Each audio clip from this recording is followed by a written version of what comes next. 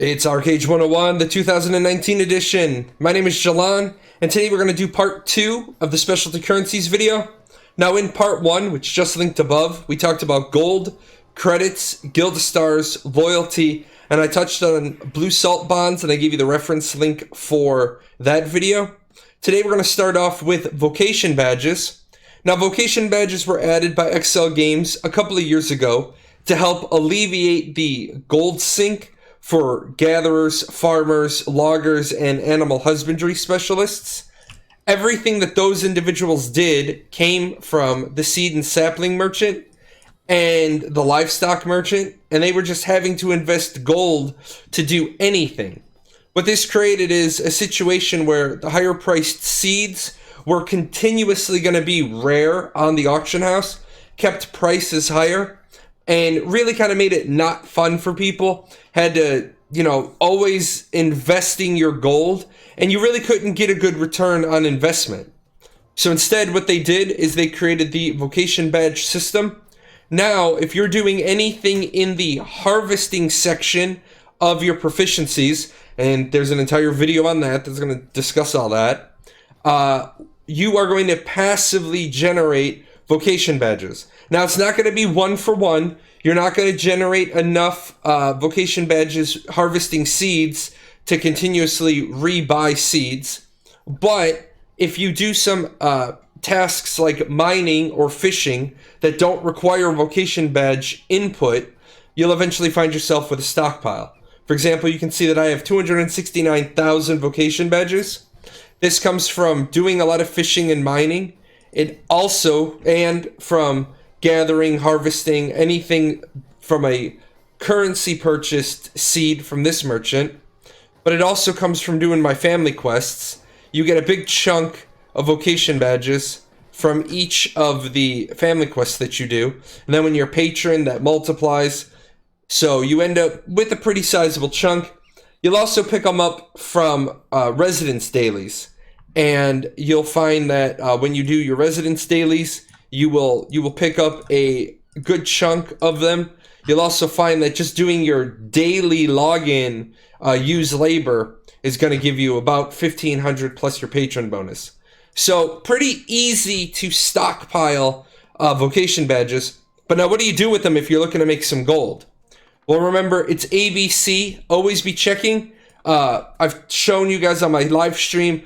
If you want to be really serious about it, it's going to involve some spreadsheets. If you want to just be, passive about it, casual about it, all you got to do is look up some stuff in the auction house. So we'll do oat and rye. We'll just do those real quick. For example, so I'm going to look up oat seed. There's no items found. Rye seed. There's no items found. So might be a couple of things that you might want to think about selling. Personally, I would find somebody to filter my Vocation Badges off to. It's usually easier if you have a reliable buyer who says, I want 1,000 seeds all the time. That way you know where they're going. I could buy 1,000 rye seeds, put them up on the auction house, and they could end up not selling. You can also check out the scented leaves and the heavy hardwoods. You can do radiant archeum trees or regrade braziers, but not necessarily going to have a client base. We can check those real quick. We'll check the regrade. See what those are going for. Those are going for 88 silver a piece, so not bad, but probably not a good investment for your 200 Vocation Badges. But that might be a good baseline to see how much am I going to get per badge. Occasionally, you'll find people doing the Dawn's Drop gear on the auction house. The problem is that a free set of this also comes from the Blue Salt Brotherhood quest, so there is kind of a fixed price rate for them. Why am I going to pay you a bunch of gold for an item that I can spend gold on something else and get the items for free? Next up, we're going to talk about honor. Honor is a huge thing right now. Honor used to be the sole PvP currency. Unfortunately, now we have 2 PvP currencies. Honor is the first of them.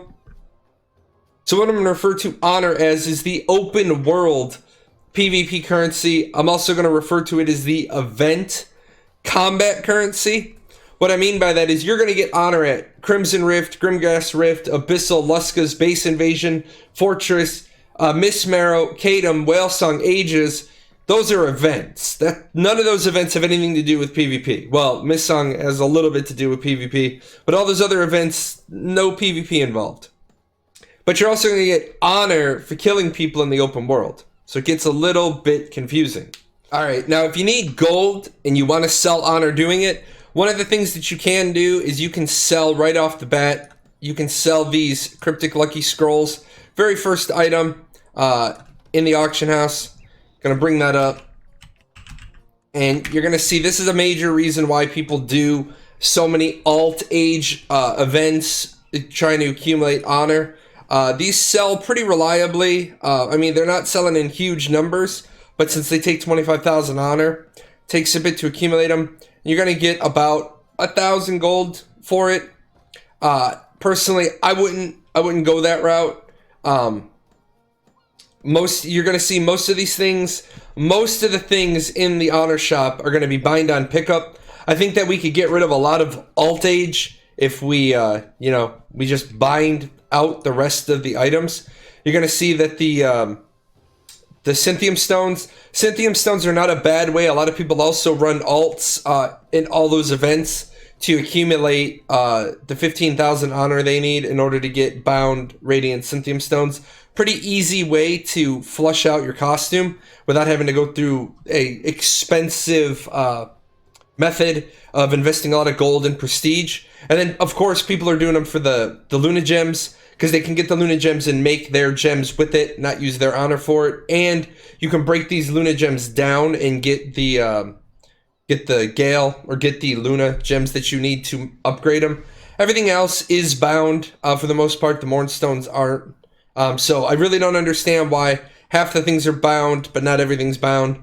But just so you know, that's why you'll see people doing as many alts as they do. Is it possible to make a little bit of money? Absolutely it is. It's also possible if you have a lot of honor, even though these stones are bound. If you have a friend who needs some stones infused into their costume, and you're trustworthy or you have collateral, they can trade you a tradable costume. You can put the stones in, and then when you trade the costume back, they hand you back your collateral and whatever gold, the agreed upon price. Again, don't expect people to just hand you a 15,000 gold costume unless you have 15,000 gold in collateral. The other PvP currency is now Kyrios Badges. Now, for non-patrons to see the shop, you'll have to come over here to the Arena Manager. Patrons, you can do it down with the... you can do it right here on the Arena tab. So here's your Arena shop, and the big one out of here is going to be the titles.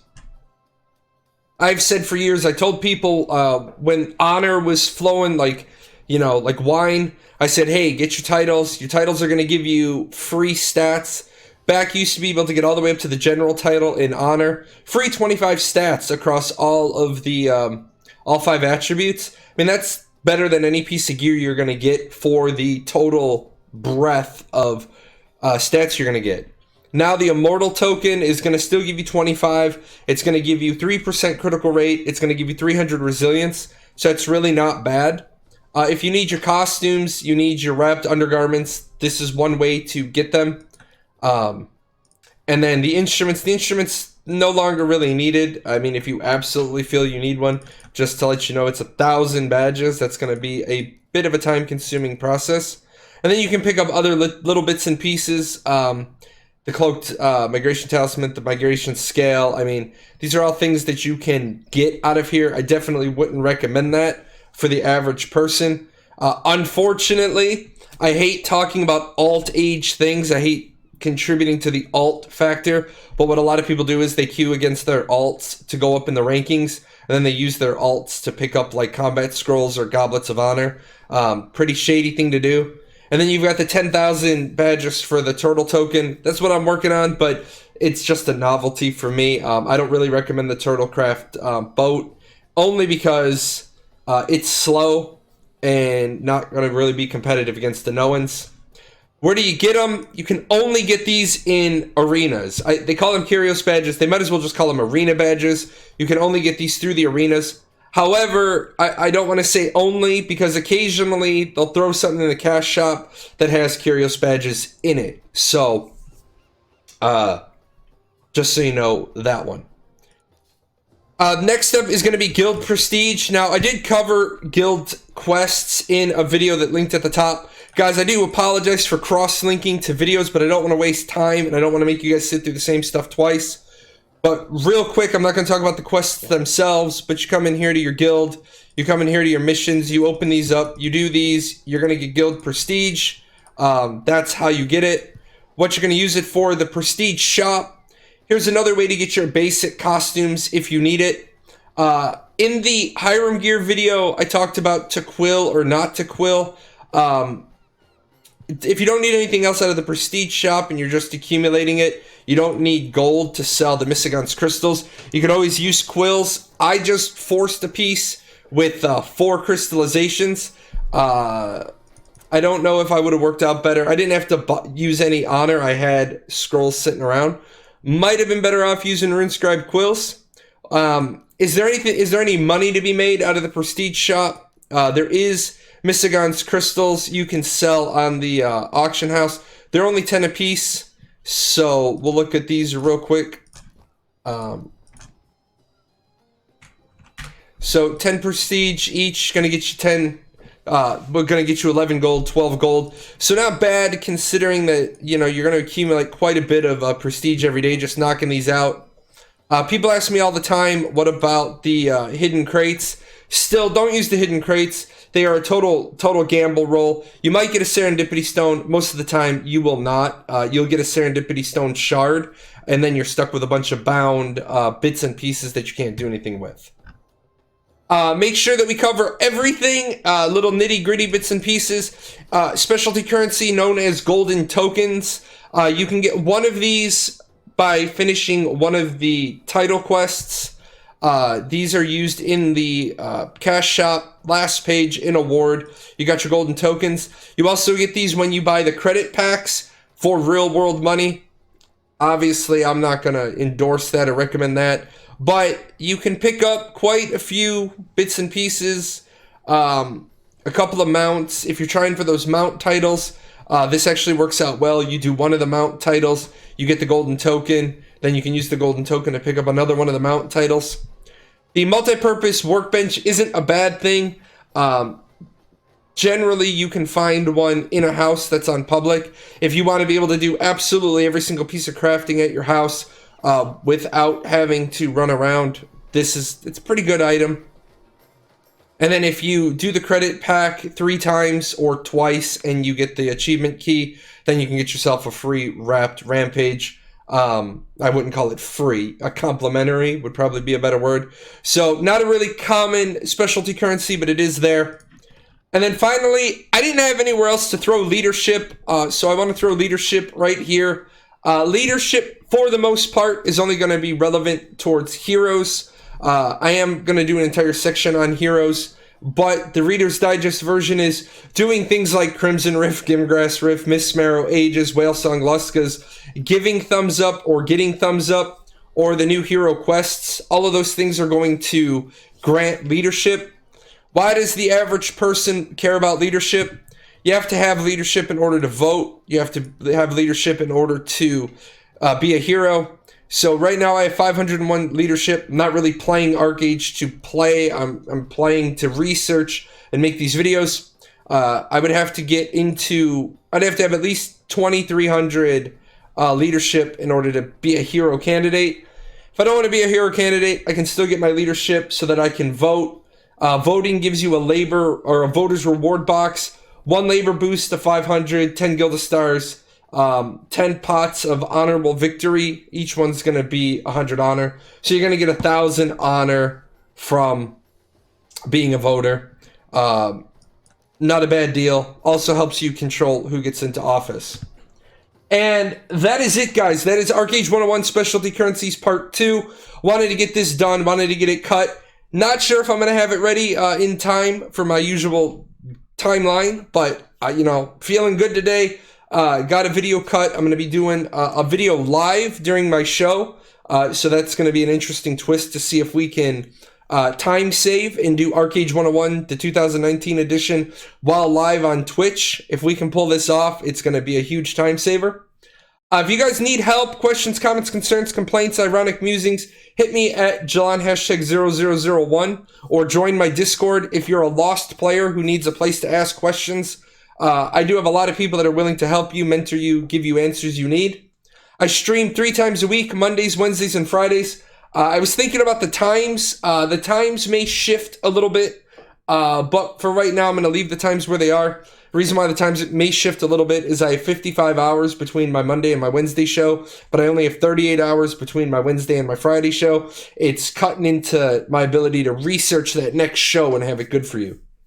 As always, as I close my shows, big thank you to my sponsors. Without my sponsors, I couldn't do giveaways. There is a giveaway attached to this video down below. You like free money? Click on the description, register to win. I also do giveaways on my stream to get that money flowing back to the community. That's it, guys. I'm going to go into post-production now. Hopefully have this out in time for my Friday show. And you guys take care. I will talk to you next time. We're going to be talking about leveling. Hey, where are you going? You're not done yet. See these videos? There's videos up here to watch. You gotta go over here. Hit the chibi. Subscribe to the channel. Check out the webpage. And I'll see you guys on Twitch.